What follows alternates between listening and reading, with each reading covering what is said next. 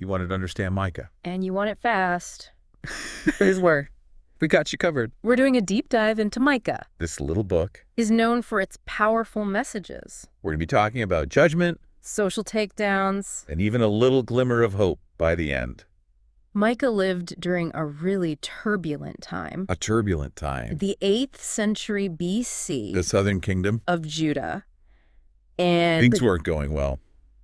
Can you kind of set the scene for us? So imagine a kingdom on the brink. Okay. The northern kingdom. Right. Israel, with its capital Samaria. I see. Has just been completely swallowed up by the Assyrian Empire. Oh, wow. This sent shockwaves through Judah. Yeah. And Micah sees their capital, Jerusalem, teetering on the same precipice. Not because of foreign armies, but because of what's happening within its own walls. Oh, so it's not just about military strength. Precisely. It sounds like Micah is saying that Judah is rotting from the inside out. Exactly. Micah paints this very stark picture of social injustice. He's talking about a society where the powerful prey on the vulnerable. Yeah. We're talking land grabbing, rigged markets, like the very systems designed to protect people are being used against them. So he doesn't just point fingers. Yeah. Micah gets graphic. He does. He compares Samaria to a basket of ripe fruit destined to be devoured. Right. That's a powerful image. It is. What do you think he's trying to convey with that?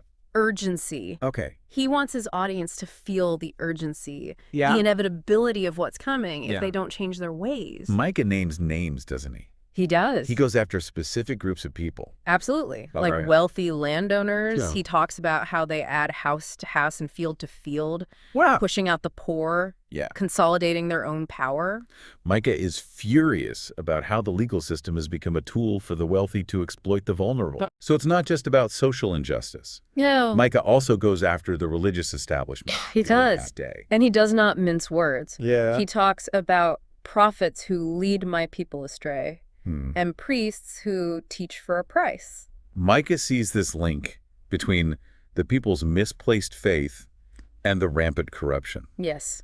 Do you think he's saying that worshiping the wrong things leads to harming other people? You know, that's a keen observation. Okay. And I think it's not a far stretch to say that Micah believed that when people lose sight of true justice and compassion and their responsibility to the vulnerable, they become susceptible to exploiting others for their own gain. It sounds bleak. It is. But is there any light at the end of Micah's scroll? Yeah, there is. Does he offer any hope?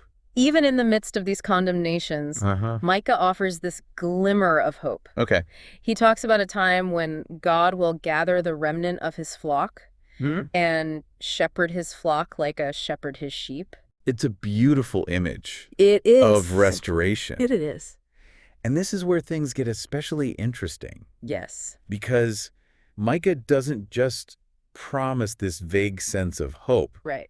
He gets specific. He does. He mentions a ruler from Bethlehem. An unlikely place. Of all places. Exactly. What do you make of that? So this detail that a future ruler would come from this tiny town, Bethlehem, echoes throughout history. Okay. And it's a prophecy that Christians believe was fulfilled in the birth of Jesus. In the span of a few short chapters, we go from the impending fall of Jerusalem to a message of hope rooted in a specific person and place. That's the power of prophecy, isn't it? It is. It holds up a mirror to the present while also pointing towards the possibility of a transformed future.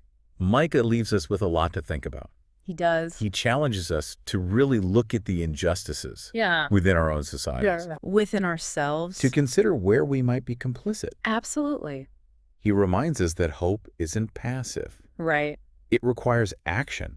It does. A turning away from those things that lead us. Yeah. Away from justice and compassion. It's a continuous process. And even when things look their bleakest, there might just be a ruler. Of an unlikely place. From a place we least expect it. Waiting to lead us toward a brighter future. Absolutely. A lot to ponder. A lot to ponder. Thanks for joining us. Thank you. On this whirlwind tour. It's been a pleasure. Of Micah's world. Yes. We hope it inspires you to crack open this book. It's a short book. Yeah.